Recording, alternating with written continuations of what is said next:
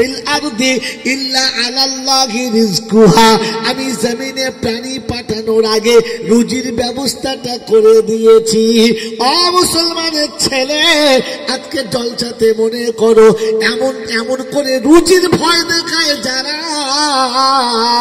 আর একটা ফেরাউন হলো।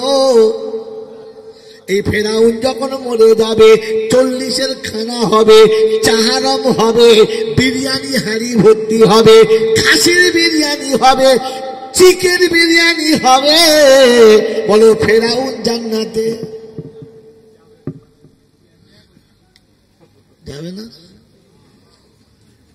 কি বলো, যাবে?